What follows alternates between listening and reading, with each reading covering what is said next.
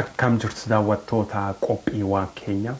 furumaa jirtan hundumatti nagaan kiyyaa isanaa ga'u galatoomaa sanin jedha horaa bulaa ulfaadha. Namooti tokko as YouTube raatii badii maal fiddaa asuma teettee afuuftaa maali naan jedhudha.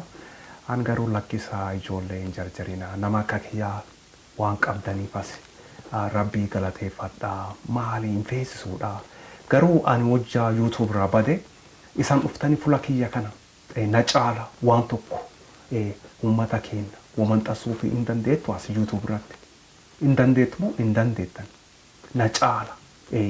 caala wobeeka taate kootu wamanxas na caala wobeekuu dandeette waan qabduuni uummata kootti as YouTube irratti miidiyaan kun ka miidiyaa firiidha bilisaadha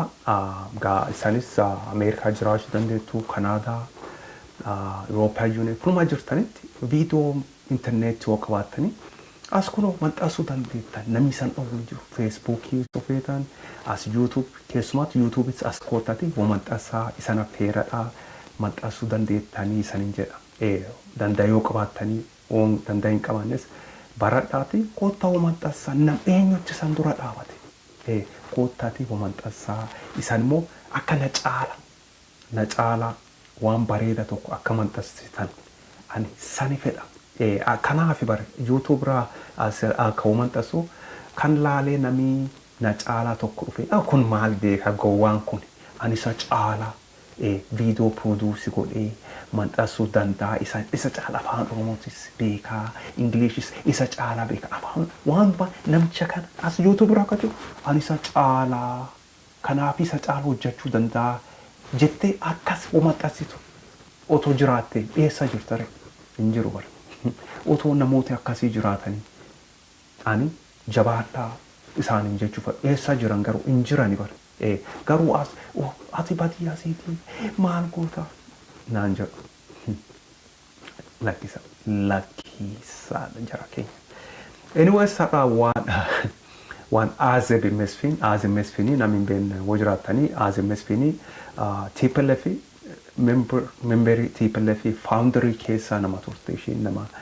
dhalootanii nama Tigraayitii TPLF miseensa keessa durumaa jala qabanii keessa nama turteedha. Azeb Mesfin gaamma akkuma beektanii kun isaanis biyyi isaanii dhiisanii eessa jiru lafa keenya irratti as shaggarii jiru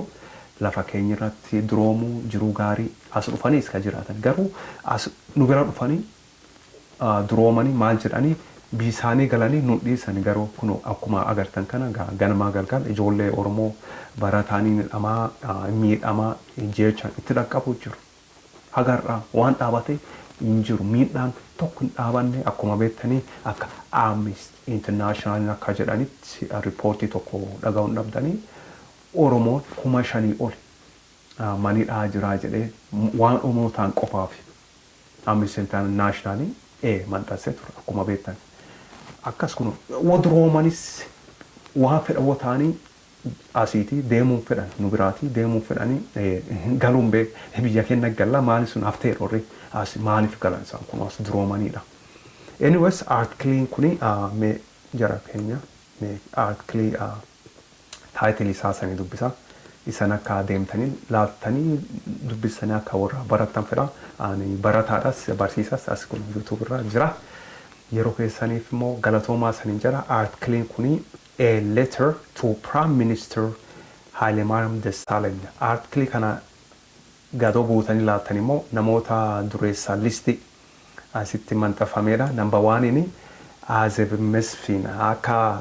article reporting kun jiru Azeb Mesfin worth $4 billion $4 billion qabdii jedha kaduroomte warshaalee biggest companies in Ethiopia warshaalee baay'ee qabdii Azeb Mesfin dureettidha jechuudha akkasii duroomuu feeta I don't know maybe namoonni hundumtu bara duroomuu dureessa ta'uun fedhu dureetti ta'uun fedhu namooti tokko namoota hundumtu dureessa akka ta'u waan isaan fedhu itti fakkaata dhugaa san jedhu namooti baay'een akkuma agarru namooti baay'een har'a duroomuu fedhu har'a konkolaataa bitachuu manas waan hundumaa guyyaa tokkotti ijoolleen akkasii ijoolleen guyyaa tokkotti har'a konkolaataa haaraa Mercedes bitatee yookaan BMW kama fedhan haaraa bitatanii mana har'a bitatee uffata maal fakkaatu har'a bitatee har'uma fuudhanii guyyuma tokko waan hundumaa guyyaa tokkotti akka ta'uu fedhanii ijoolleen akkas ergu. Anyways gara Azeb Mesfin yoo deebine Azeb Mesfiniin dhugaa biyya ishii yoo jiraatte silaa Tigraay otoo jiraatte biileenii 4 kan qabaachuu hin dandeette akkamiin qabaachuu dandeette akka eessaan argatteetti maal hojjetteeti Azeb Mesfin biiloonii 4 kan eessatti argattee jennee walaaloo akka nama tokkotti akkaan yaadutti akkaan herregutti qabeenya gaa uummata Oromooti akkuma beennu warshaalee hedduu qabanii isaanii lafas gurgurachuu jiran suni waan dhaabatee muti lafa gurguratanii gaa isaanii induroomu Oromoon immoo qotee bulaan keenya ala bulataa maatiin isaatis achi olii gadi Yemenis deemu eega lafirraan qabu qotee buluu ijoollee ofii bulfachuu hin danda'u kaani kadhattu ta'a kaan immoo isaan jalatti hojjeta gaa jiraachuu fedhe kaan immoo ala bulataa kaan immoo kunnoo akkuma dhageenyu kana Yemenii 100,000 olitti Oromoon jira Saudi Arabiyaas akkas jiru Liibiyaas kunoo hin jiranii gara Keenyaa gara hundumaa fiigee gaa lubbuu ofii baasuu jiraachuu fedhe Oromoon biyya isaa dhiisee baa'u jira garuu Azeb Mesfin faan immoo kun isaan duroomuma jiranii biyyi isaanis hin galan isaan maaliif galti ishii kun biileenii 4 qabdiidha har'a san caala fedhan isaan biiloonii 4 caala horachuu feeti ishii duroomu kana caala biiloonii 4 garuu keenya kun biyyi irraatii baqatu guyyaatti yeroo 3 buddeena otoo argatanii akka gammadan I think itti hin gammadu garuu kun Azeb Mesfiniin biiloonii 4 qabdii artikilii kana dubbisuu feetanii laaluu feetanii asii jalatti isanii maxxanseedha deemtanii barachuu dandeettanii nama biraatis barsiisuu dandeettanii anas ka jiru waan beeku wallaalaa keenyas wallaattu sotaate information isanii share godhuuf qooduu fi as jiraadha yeroo keessan immoo waan naa kennitanii fi galatoomaa isanii jedha artikilii kana namooti tokkooti aga 13 listii jiranii gaa viidiyoo tokko artikilii kan keessatti qopheessuu deemaa isan affeereedha hin fagaatinaa yeroo biraatis viidiyoo biraa warroota duroomanii listii tokkoon as maxxansu viidiyoo qopheessuu deemaa isanii jedha yeroo keessan waan naa kennitaniif har'a galatoomaa isanii jedha horaa bulaa yeroo biraa gola garuu gama kooti nagaatti isanii jedha bye bye